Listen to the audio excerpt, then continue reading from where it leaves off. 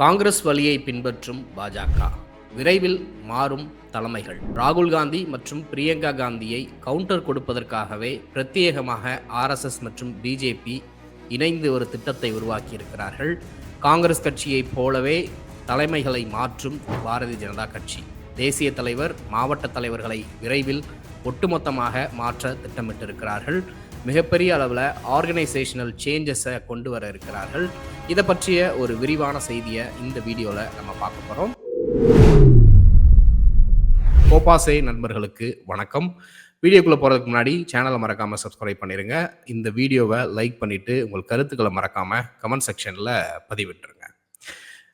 ஜனவரி 25 அல்லது பிப்ரவரி 2 முடிவதற்குள் 2025 பிப்ரவரி முடிவதற்குள்ளாக பாரதிய ஜனதா கட்சியினுடைய தேசிய தலைவர் ஜே.பி. நட்டா அவர்கள் மாற்றப்பட இருக்கிறார். அது மட்டும் இல்லாமல் இந்தியாவில் இருக்கக்கூடிய அனைத்து மாநிலங்களுடைய பாரதிய ஜனதா கட்சியினுடைய தலைவர்களும் மாற்றப்படலாம், அல்லது முதலில் ஒரு பாதியையும் பின்னணியில் ஒரு பாதியையும் மாற்றுவதற்கு பாரதிய ஜனதா தலைமை திட்டமிட்டிருப்பதாக தகவல்கள் வந்திருக்கிறது. இதில் ஒரு மிக முக்கியமான விஷயம் காங்கிரஸ் கட்சியினுடைய அடிச்சுவடுகளை பாஜக பின்பற்ற இருப்பதாக தகவல்கள் வந்திருக்குது. அது என்ன அப்படின்னு பார்த்தீங்கன்னா, எப்படி மல்லிகார்ஜுன கார்கே அவர்களை காங்கிரஸ் கட்சி தலைவராக கொண்டு வந்தாங்களோ அதே மாதிரி ஒரு தலித் சமுதாயத்தை சார்ந்தவர்களை பாரதிய ஜனதா கட்சியினுடைய தலைவராக கொண்டு வருவதற்கு வாய்ப்புகள் அதிகம் அப்படின்னு ஸ்வராஜ்யா அப்படின்னு சொல்லக்கூடிய ஒரு வலதுசாரி பத்திரிகையில் ஒரு கட்டுரை வந்திருக்கிறது. அதற்கு காரணம் என்ன சொல்லப்படுவது அப்படின்னா, அமித்ஷா சமீபத்தில் அம்பேத்கரை பற்றி பேசின விவகாரம் இந்தியா முழுக்க எதிர்பாராத வகையில் மிகப்பெரிய கொந்தளிப்பை ஏற்படுத்தி இருக்கிறது. அதோடு சேர்த்து பார்த்தீங்கன்னா, 2024 நாடாளுமன்ற தேர்தலில் பாரதிய ஜனதா கட்சி பின்னடைவுக்கு, தோல்விக்கு ஒரு மிகப்பெரிய காரணம் தலித் சமுதாய மக்களுடைய வாக்குகளை பெறாமல் போனதற்கு தான் காரணம் அப்படின்னு சொல்லப்படுது. அதுவும் அரசியல் சாசனத்தை இவங்க ஆட்சிக்கு வந்தால் மாற்றிடுவாங்க அப்படிங்கிற அச்சத்தில் தான் தலித் சமுதாய மக்கள் பாஜகவுக்கு வாக்களிக்கவில்லை. இப்போ அதை கவுண்டர் பண்ணுறதுக்கு, அரசியலில் நீடிச்சிருக்கிறதுக்கு, சர்வைவ் பண்ணுறதுக்கு, கண்டிப்பாக அதை நம்ம மீட்டெடுக்கிறதுக்கு பாரதிய ஜனதா கட்சியினுடைய தலைவர் பதவிக்கு மல்லிகார்ஜுன கார்கே அவர்களை போன்று நம்மளும் தலித் சமுதாயத்தை சார்ந்த ஒரு நபரை லீடராக போட்டால் தான் நம்மளும் தப்பிக்க முடியும் அப்படின்னு ஆர்எஸ்எஸ் அமைப்பும் பாஜகவும் இணைந்தே முடிவெடுத்திருப்பதாக ஒரு தகவல் வருது. 2025 பிப்ரவரி இறுதிக்குள்ளாக தேசிய தலைவர் ஜே.பி. நட்டா மாற்றப்பட இருக்கிறாரு. இப்போ ஜே.பி. நட்டா பார்த்தீங்கன்னா கரண்டாக பிராமின் வகுப்பை சார்ந்தவர், மோடி அவர்கள் ஓபிசி பிரிவை சார்ந்தவர், அமித்ஷாவும் ஓபிசி பிரிவை சார்ந்தவர். இப்படி இந்தியா முழுக்க முக்கியமான தலைமைகளில் உயர் வகுப்பை சார்ந்த மக்கள் தான் இருக்கிறாங்க. ஆனால் காங்கிரஸ் கட்சி கொஞ்சம் கொஞ்சமாக ஆர்கனைசேஷனல் சேஞ்சஸை கொஞ்சம் கொஞ்சமாக கொண்டு வந்துட்டு இருக்கிறாங்க. கடந்த 2 வருடங்களாக ராகுல் காந்தி அவர்களுடைய தீவிர பிரச்சாரம், சாதிவாரி கணக்கெடுப்பு எடுக்கணும், ஓபிசி, எஸ்சி, எஸ்டி, மைனாரிட்டி போன்ற அனைத்து மக்களுக்கும் அவர்களுக்கு உரிய வகையில் பிரதிநிதித்துவம் கொடுக்கணும் அப்படின்னு ராகுல் காந்தி மேற்கொண்ட பிரச்சாரம் இந்திய அளவில் மிகப்பெரிய ஒரு தாக்கத்தை ஏற்படுத்தி இருக்கிறது. குறிப்பாக வட மாநிலங்களில் பாஜகவினுடைய ஓட் பேங்க் அப்படின்னு சொல்லக்கூடிய இடங்களிலேயே மிகப்பெரிய அளவில் ஒரு தாக்கத்தை ஏற்படுத்தி இருக்குது. அதை இப்போ ஆர்எஸ்எஸ் அமைப்பும் பாஜகவும் புரிஞ்சிருக்கிறாங்க. அது இப்படியே நம்ம போனால் இந்தியாவில் அரசியல் செய்ய முடியாது, நம்மளுடைய அரசியல் எதிர்காலம் ஒன்றுமில்லாமல் போயிடும் அப்படிங்கிற ஒரு அச்சத்தில் இப்போ கோர்ஸ் கரெக்ஷன் பண்ணுறதற்கு முயற்சி செஞ்சுக்கிட்டு இருக்கிறாங்க அப்படிங்கிற ஒரு செய்திகள் வந்திருக்கிறது. அதில் இன்னும் குறிப்பிட்டு பார்க்குறப்ப ஆர்எஸ்எஸ் அமைப்புக்கும் மோடி, அமித்ஷா இவர்கள் இருவருக்குமே பார்த்தீங்கன்னா இடையில பிரச்சனைகள் போய்கிட்டு இருக்குது. என்னதான் பிரச்சனைகள் போய்கிட்டு இருந்தாலும் ஆர்எஸ்எஸ் அமைப்பு தன்னுடைய பிடியை விட்டு கொடுக்க போவதில்லை. எப்படி ஹரியானா, மகாராஷ்டிரா மாநில தேர்தல்களில் தங்களுடைய இன்ஃப்ளூயன்ஸை காட்டி பிஜேபியை வெற்றி பெற செஞ்சாங்களோ அதே மாதிரி தேசிய தலைவர்களை தேர்ந்தெடுக்கிற பணியிலும் சரி, மாவட்ட தலைவர்களை தேர்ந்தெடுக்கும் பணியிலும் ஆர்எஸ்எஸ் அனுகூலம் இருக்கும். அவர்களுடைய தலையீடு இல்லாமல் மோடியும் அமித்ஷாவும் அதை தன்னிச்சையாக இதுபடுத்த முடியாது அப்படிங்கிற ஒரு ப்ரெஷரும் இருக்கிறதாக சொல்கிறாங்க. முன்னாடி இருந்த மாதிரியே பிரைம் மினிஸ்டர் மோடியும் அமித்ஷாவும் ஆர்எஸ்எஸ் அமைப்பும் சேர்ந்து தான் அந்த தலைமைகளை தேர்ந்தெடுக்க போகிறாங்க. அதில் பேலன்ஸ்டாக கொண்டு வருவதற்கான முயற்சிகளில் ஈடுபட போகிறாங்க அப்படின்னு சொல்லப்படுறாங்க. அது மட்டும் இல்லாமல் தலைமை பொறுப்புக்கு கொண்டு வரக்கூடிய நபர்கள் பெரிய அளவுக்கு ஒரு டம்மி பீஸ் மாதிரி தான் கொண்டு வர போகிறாங்க அப்படிங்கிற மாதிரியும் ஒரு தகவல் வருது. அப்போ தான் பின்னாடி இருந்து இயக்கக்கூடிய நபர்களுக்கு அவர்கள் கட்டுப்பட்டு நடக்கணும் அப்படிங்கிற மாதிரி ஒரு ப்ரெஷரை ஆர்எஸ்எஸ் தரப்புல இருந்து சொல்லப்படுவதாகவும் சொல்லப்படுகிறது. இன்னொரு பக்கம் மோடி, அமித்ஷா அவர்களுடைய ஆதரவாளர்களும் சொல்லக்கூடிய நபர்களை மேலே கொண்டு வரக்கூடாது அப்படிங்கிற ஒரு அழுத்தம் கொடுப்பதாகவும் சொல்லப்படுகிறது. ஆனால் எது எப்படியோ வந்து தலைமைகள் மாற்றுவது உறுதி.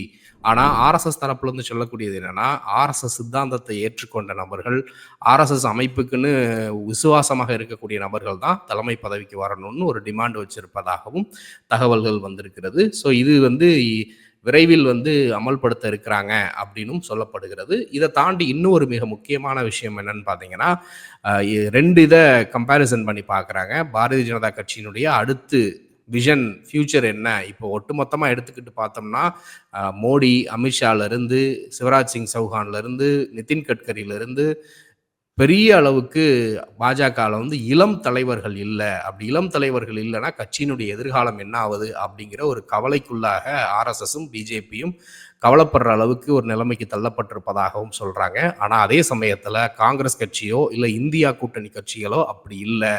காங்கிரஸ் கட்சியில் குறிப்பாக ராகுல் காந்தியையும் பிரியங்கா காந்தியும் பாஜகவிலிருந்து டைரெக்டாக கவுண்டர் பண்ணுற அளவுக்கு ஆட்கள் இல்லை.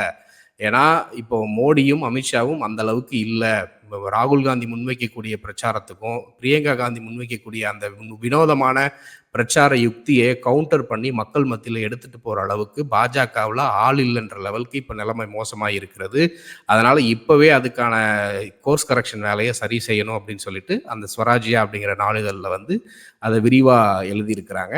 ஸோ ராகுல் காந்தி, பிரியங்கா காந்தி, அதுக்கப்புறம் பார்த்தீங்கன்னா அகிலேஷ் யாதவ், அப்புறம் தேஜஸ்வி யாதவ், அப்புறம் நம்ம தமிழ்நாட்டில் உதயநிதி ஸ்டாலினாக இருக்கட்டும், அப்புறம் கனிமொழி அவர்களாக இருக்கட்டும், சுப்ரியா சூலே அவர்களாக இருக்கட்டும், மஹுவா மொய்த்ரா அவர்களாக இருக்கட்டும், அரவிந்த் கெஜ்ரிவாலாக இருக்கட்டும், இப்படி இந்தியா கூட்டணியில் பார்த்தீங்கன்னா கிட்டத்தட்ட 10க்கும் மேற்பட்ட தலைவர்கள் வந்து வெறும் 60 வயதிற்கு கீழ் உள்ளவர்களாக இருக்கிறாங்க. அவர்களுக்கு இன்னும் 20 வருடங்கள் அரசியல் வாழ்வு இருக்குது. ஆனால் அப்படியே டிப்பிக்கலாக பாரதிய ஜனதா கட்சிக்குள்ளாக கம்பேரிசன் பண்ணி பார்க்குறப்ப அப்படிப்பட்ட தலைவர்கள் இல்லை. அதனால் கண்டிப்பாக நம்ம ஆர்கனைசேஷன் ஸ்ட்ரக்சரை வந்து மாற்றியாகவே வேணும் அப்படிங்கிற மாதிரி ஒரு முயற்சி எடுத்திருப்பதாக தகவல் வருது. 2024 நாடாளுமன்ற தேர்தலில் உத்தரப்பிரதேசத்தில் பாஜக பெருமளவு அடி வாங்கினதுக்கு காரணம் எஸ்சி எஸ்டி மக்கள் தரப்பிலிருந்து வாக்குகள் வந்து பாஜக இழந்தது தான் காரணம். அதற்கு வந்து அவர்களுக்கு லீடர்ஷிப்புக்குள் இடையே இருக்கக்கூடிய முரண்பாடுகள் தான் காரணம் அப்படின்றத அவர்கள் இன்டர்னலாக நடத்தின ஸ்டடியில் தெரிஞ்சுக்கிட்டு இருக்காங்க. ஸோ அதனுடைய வெளிப்பாடாக தான் இப்போ இந்தியா முழுக்க வந்து நம்ம வந்து எஸ்சி எஸ்டி பிரிவினரை சார்ந்தவர்கள் வந்து தலைமை பதவிக்கு கொண்டு வந்துட்டோம் அப்படின்னா அந்த மக்களை நம்ம நம்ப வச்சிடலாம், எப்படியாவது வாக்குகளை வாங்கிடலாம் அப்படிங்கிற ஒரு ஐடியாவுக்கு ஆர்எஸ்எஸும் பாஜகவும் வந்திருப்பதாக சொல்லுகிறார்கள்.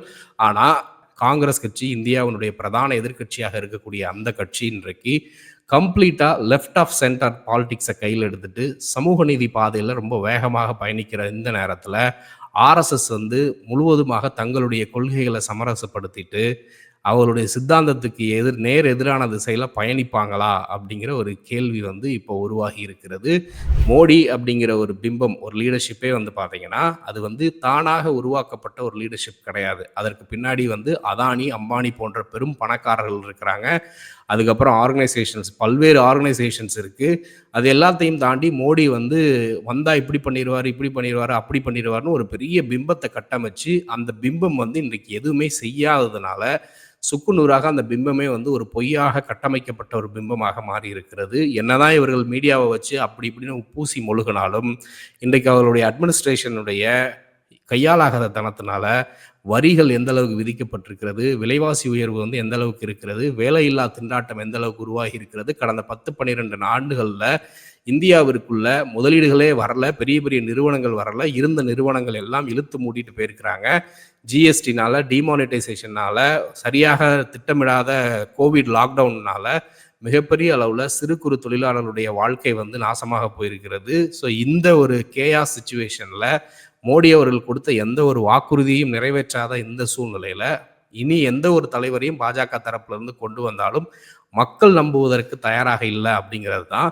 ஏன்னா உத்தரப்பிரதேசத்தில் மோடி 5 லட்சம் வாக்குகள் வித்தியாசத்தில் ஜெயிப்பார் அப்படின்னு சொன்ன இடத்துல வெறும் 1.5 லட்சம் வாக்கு தான் வாங்கியிருக்கிறார் அப்படிங்கிறதே ஒரு மிகப்பெரிய ஒரு தோல்வியினுடைய அடையாளமாக தான் பார்க்குறாங்க.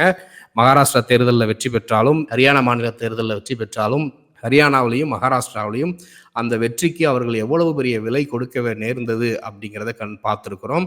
இருக்க ஒட்டுமொத்த கவர்மெண்ட் மெஷினரியும் அதில் களத்தில் இறக்கி பல ஆயிரம் கோடியை களத்தில் இறக்கி மகாராஷ்டிராவிலலாம் அந்த ஒரு 2 மாதங்களில் அரசு தரப்புல இருந்து மட்டுமே 1,75,000 கோடிக்கு மேலே மக்கள் நல திட்டங்கள்னு சொல்லி மக்கள் பணிகளுக்காக பணத்தை வாரி இறைச்சிருக்கிறாங்க. அந்த திட்டத்துக்கு காசு, இந்த திட்டத்துக்கு காசு அப்படின்னு வாரி இறைச்சிருக்கிறாங்க. ஸோ முழுக்க முழுக்க இந்தியா கூட்டணி காங்கிரஸ் கட்சி கொண்டு வரக்கூடிய திட்டங்களை அப்படியே காப்பி அடித்து செயல்படுத்திட்டு அவர்கள் மக்கள் மத்தியில் பேரை வாங்கிட்டு ஓட்டு வாங்கி ஜெயிக்கிறாங்க. மற்றொரு பக்கம் அந்த இவிஎம் மீது இருக்கக்கூடிய குற்றச்சாட்டுகள் ஒரு பக்கம். ஸோ இப்படி எல்லா பக்கமும் மக்கள் மத்தியில் எந்த ஒரு தன்னார்வலமாக ஒரு ஆதரவு இல்லாமல் தான் பிஜேபி ஜெயிக்குதே தவிர மற்றபடி வேற எந்த ஒரு இது இல்லை. மக்கள் ஆதரவு அப்படிங்கிறது அவர்களுக்கு இல்லை அப்படிங்கிறது உறுதியாயிருச்சு. ஏன்னா அதை அவங்க இன்டர்னலாகவே தெரிஞ்சு வச்சிருக்கிறாங்க. அதனால தான் இப்போ இருந்தே சில நடவடிக்கைகள் எடுக்க ஆரம்பிச்சிரும் அப்படிங்கிறாங்க. ஆனால் இது இட்ஸ் டூ லேட் அப்படிங்கிற மாதிரி தான் தெரியுது. அப்படியே இவர்கள் தலித் தலைவர்களை தலைவர்களாக கொண்டு வந்தாலும் உண்மையாகவே அவர்களை ஃபங்க்ஷன் பண்ண விடுவாங்களா அப்படிங்கிறது 2வது விஷயம். ஸோ தொடர்ந்து அதை வெயிட் பண்ணி பார்க்கலாம். ஸோ இதை குறித்து நீங்கள் என்ன நினைக்கிறீங்க அப்படிங்கிறத மறக்காமல் கமெண்ட்டில் சொல்லுங்கள். தொடர்ந்து பேசுவோம். நன்றி.